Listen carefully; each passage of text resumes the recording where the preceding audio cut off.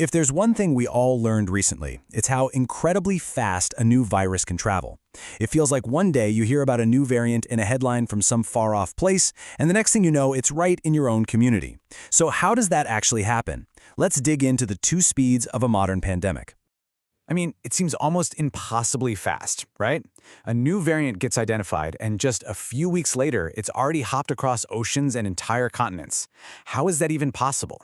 Well, the answer is a fascinating story of two very different speeds, one that's massive and global, and another that's super intense and local. So let's start with the big picture, the first part of our answer. You have to think of our modern world as having this built-in delivery system for viruses, a kind of biological superhighway, if you will. Yeah, a virus today doesn't have to slowly creep across the land. All it needs is one infected person to get on a plane.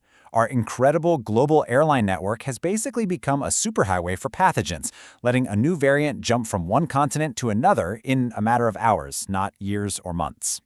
And check this out. When the Omicron variant popped up, global air travel was already 3 times busier than it was when earlier variants were spreading. It's simple math, really. More people on more planes just gave the virus way more chances to hitch a ride around the globe.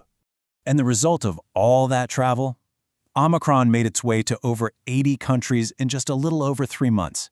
This wasn't some slow trickle, it was a rapid worldwide seeding event, totally supercharged by air travel. But the story of who was actually doing the spreading, well, that's where things get really surprising. You know, we have this tendency to fixate on the country where a variant is first detected. We label it the source, we point fingers. But when you actually look at the data, the picture is so much more complicated than that. So South Africa has this amazing genomic surveillance system, and they were the ones who first spotted Omicron and warned the world. Major credit to them. But just because they found it first, were they the main ones exporting it to the rest of the planet? The data tells a very different story. Just look at these numbers. It's kind of mind-blowing. Research shows South Africa was the source for less than 2% of all the global Omicron introductions. So what happened? Well, as soon as the variant landed in other super-connected countries, major international travel hubs, those places immediately became the main engines of its global spread. The origin country became almost irrelevant, almost instantly. And this wasn't just a fluke with Omicron. We saw the exact same pattern with the Delta variant. India, where it was first identified, was responsible for less than 15% of its global spread. The real drivers of that global spread were these secondary hubs, places like the US, the UK, Germany, that just have massive flight networks capable of sending the variant literally everywhere. Okay, so that's the global superhighway. But how does a virus get a ticket to ride on that highway in the first place?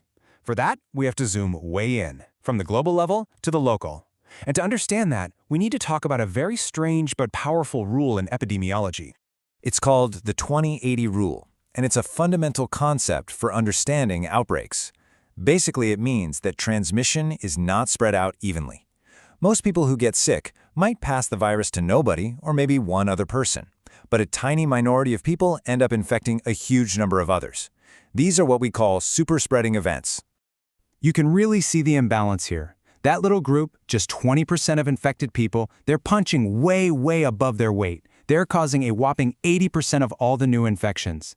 These are the moments that truly fuel an epidemic and give it the momentum it needs to get onto that global superhighway. So what makes a super spreader event happen?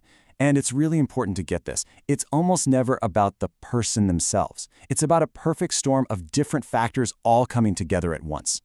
A really famous case from the original SARS pandemic shows exactly how this works.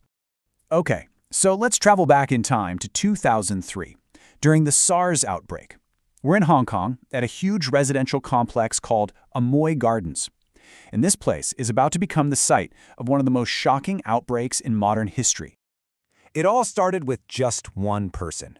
A single visitor who was sick with SARS and had diarrhea came to stay with his brother in one specific building, Block E. What happened next? Well, nobody could have seen it coming. It turned out the building had a fatal flaw in its plumbing. Yeah, you heard me, the plumbing. When people flushed their toilets, faulty pipes created this bizarre backflow effect. This pushed virus-filled air from the sewage system up into other people's apartments through the drains in their bathroom floors. It essentially turned the building's drainage into a virus delivery machine. And the result of that one visitor and that one very specific plumbing problem 329 people in the complex got infected. It was an absolute explosion of cases, all driven by this unique, weird environmental fluke.